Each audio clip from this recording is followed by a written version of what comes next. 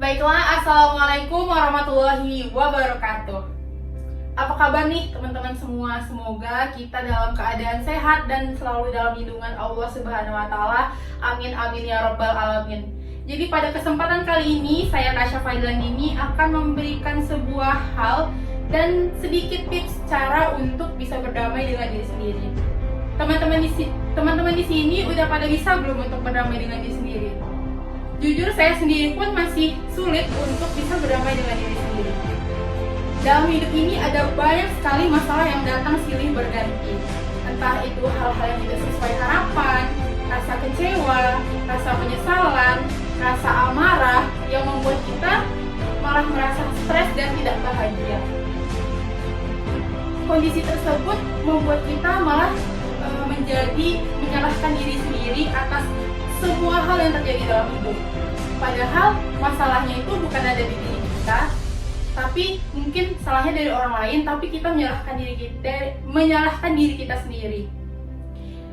Nah, untuk itu kita perlu untuk berdamai dengan diri sendiri.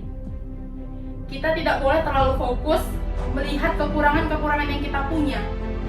Percayalah, Allah udah ngasih seseorang itu memiliki kekurangan-kekurangan dan kelebihan-kelebihannya masing-masing. Jika kita selalu melihat kekurangan-kekurangan yang kita punya tanpa melihat kelebihan-kelebihan yang kita punya, ya kita pasti bakalan terus stuck di situ aja. Kita nggak akan maju karena kita melihat kekurangan yang kita punya aja. Nah, nanti hal tersebut lagi membuat kita jadi tidak mencintai diri sendiri. Teman-teman di sini udah bisa belum mencintai diri sendiri? Kita itu harus bisa mencintai diri sendiri. Jangan kita mencintai orang dulu, tapi kita tidak bisa mencintai diri sendiri. Mencintai diri sendiri dulu, baru mencintai orang lain. Jadi, kalau misalnya kita tidak bisa mencintai diri sendiri, maka kita dalam menjalani hidup itu akan selalu merasa frustasi, selalu merasa ada yang tidak enak, dan bingung, ataupun kesal, marah dalam menjalani hidup. Nah, jadi ada beberapa cara dan tips untuk kita semua agar kita bisa berdamai dengan diri sendiri. Yang pertama itu adalah selalu berpikir positif. Dengan kita berpikir positif, kita akan menghilangkan pikiran-pikiran negatif yang ada di kepala. Doktrin pikiran kita itu dengan pikiran-pikiran negatif saja. Pikiran negatifnya itu dibuang aja, dijauhin. Boleh kita berpikir negatif, tapi jangan terlalu dibawa gitu.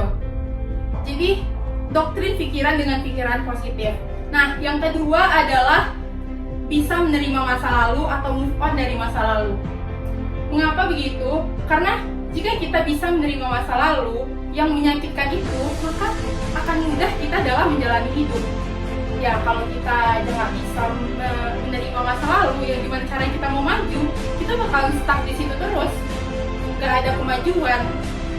Nah, yang ketiga adalah mau menerima kenyataan. Menerima kenyataan yang terjadi dalam hidup ini. Jadi kita tuh lebih mengikhlaskan sesuatu yang terjadi, baik itu hal buruk ataupun hal baik. Kita harus ikhlas. Karena semua kuncinya itu tuh adalah ikhlas. Kalau kita ikhlas menerima semuanya, maka akan lancar dan mudah kita dalam menjalani hidup. Ya kayak ngalir aja gitu kalau kita ikhlas. Percaya deh, belajar untuk mengikhlaskan hal-hal yang terjadi dalam hidup. Nah, kemudian yang keempat adalah selalu bersyukur. Selalu bersyukur dengan hal-hal kecil yang kita punya. Pasti di antara kita ini masih banyak sekali yang belum bisa bersyukur, sering mengeluh atau sering menyalahkan diri sendiri. Nah, itu tadi, makanya kita tuh harus bersyukur dengan apa yang kita punya. Allah itu sudah memberikan porsi masalahnya masing-masing dalam hidup ini. Nah, maka dari itu bersyukurlah atas semua kekurangan-kekurangan yang kita punya. Terima setiap kekurangan-kekurangan yang kita punya, karena Allah itu udah ngasih setiap manusia itu cobaannya masing-masing, cobaannya yang berbeda-beda. Nah, kita bisa melakukan dan menerapkan semua yang tadi, percayalah, maka akan mudah untuk kita berdamai dengan diri sendiri. Kita tidak akan lagi menyalahkan diri sendiri. Jadi stop menyalahkan diri sendiri, stop menjudge diri sendiri, karena kita itu spesial, kita itu memiliki sebuah kespesialan dari diri kita sendiri. Kita harus banyak-banyak bersyukur, dan percayalah Allah nggak bakalan ngasih kita cobaan kalau misalnya kita nggak mampu. Jadi kita orang-orang terpilih yang bisa melewati cobaan tersebut. Sesungguhnya Allah tidak akan menguji kesabaran suatu hambanya jika hambanya itu tidak mampu. Mungkin hanya itu yang bisa saya sampaikan.